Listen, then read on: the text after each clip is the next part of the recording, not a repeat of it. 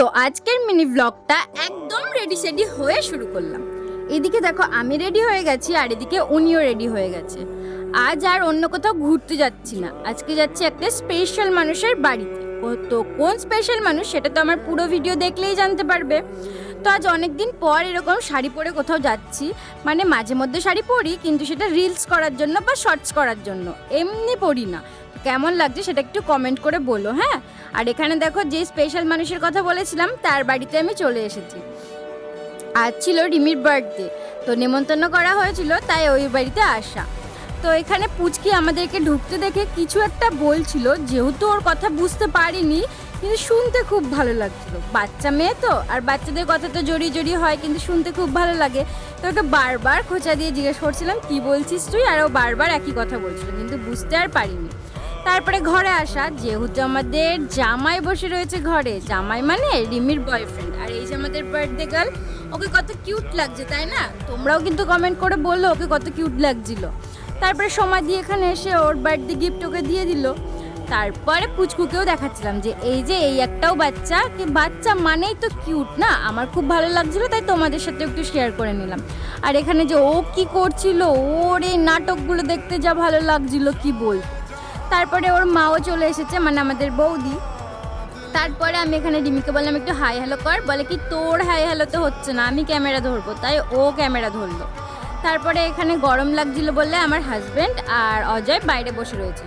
ঘরের হাওয়ায় ওদের হচ্ছিল না, ওদের প্রাকৃতিক হাওয়ার দরকার ছিল।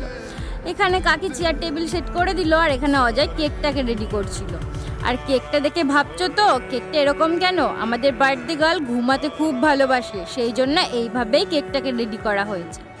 তারপরে দেখো কেক কাটা এখানে শুরু হয়ে গেল, ও কেক কাটছে আমার সাথে সাথে। তোমরাও প্রে করো ও যেন সারা জীবন খুব ভালো থাকে, আর কমেন্টে ওকে হ্যাপি বার্থডে উইশটা করো। আর এখানে দেখো কাকিকেও কেক খাইয়ে নিল, আর এখানে অজয় পাশে বৌদি রয়েছে, ও সবাইকে কেক খাইয়ে নিয়েছে। তারপরে আমাকেও কেক খাওয়াতে এসেছিল, আমিও ওকে একটু কেকটা খাইয়ে দিলাম, কারণ ওই কি একা কেক খাওয়াবে, আমরা কি ওকে খাওয়াবো না? তারপরে এখানে কেক কাটাকাটির পর্ব শেষ, আর এদিকে পুচকি ঝোঁক তুলেছে, সে নাকি তার পিসির মাথাটা খাবে। মানে কেকের ওপরে যে শুয়ে রয়েছে সেটাকে বলা হয়েছে ওটা তোর পিসিমণি, তাই ও বলছে আমি পিসিমণির মাথাটাই খাবো। তো ওইগুলো তো হলো, আর এদিকে দেখি সময় দিয়ে আমাদের ছাড়াই খেতে বসে গেছে। আমরা একটু বাইরে গিয়েছি আর ওনার এখানে খাওয়া কমপ্লিট। আর এখানে সমাধির ছেলে জ্বালাচ্ছিল বলে রিমি ওর হাতটা ধুয়ে দিচ্ছিল, তাই আমরা রাগাচ্ছিলাম যে তোর বাবুকে একটু ভালো করে হাত পা ধুইয়ে দে, ও তো একা একা খেতে পারছে না, একটু খাইয়ে দে, মানে এইভাবে মজা করছিলাম বেশ। তাই ও রেগে না গিয়ে এই যে বাবুকে খাওয়াতে এসেছে, কিন্তু বাবু তো কিছুতেই ওর হাতে খেলো না, ওই একা একাই যা খাচ্ছিল। তারপরে আমাদের বার্থডে গার্লের কিছু বক্তব্য ছিল, সেটা শোনো।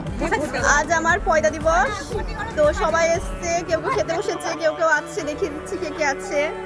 এই যে এখানে গুড্ডি ব্লগার, কোনো জায়গা বসা পাইনি তাই আমাদের কলপাড়ায় বসে পড়েছে। বাসন কুসন দেখলেন আপনারা, বুঝে পারবেন। এখানে খেতে বসেছে, হ্যাঁ ছলো ছলো নয়নে হচ্ছে ওখানে। আর ওখানে ও পোজ দিচ্ছে, সরি ওকে দেখাতে ভুলে গেছি আমি। আর এখানে মানে মুখ লুকিয়ে দিল, বুঝতে পারলাম না কেন। আর এখানেও খেতে বসেছে, আর ওই যে একটা, তো সবাই খেতে বসেছে, আপনারা দেখলেন, সবাইকেই দেখলেন আপনার ব্লগে, সবাইকেই দেখলেন।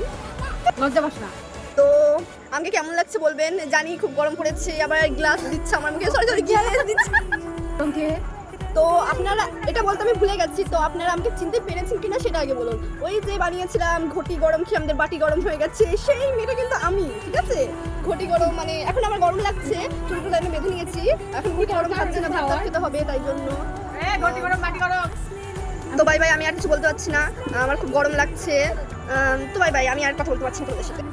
তোর বক্তব্যটা কি ছিল সেটা শুনলে তো, তাহলে কমেন্ট করে জানাতে হবে তোকে চিনতে পেরেছো কি পারোনি, তাড়াতাড়ি কমেন্ট করবে কিন্তু।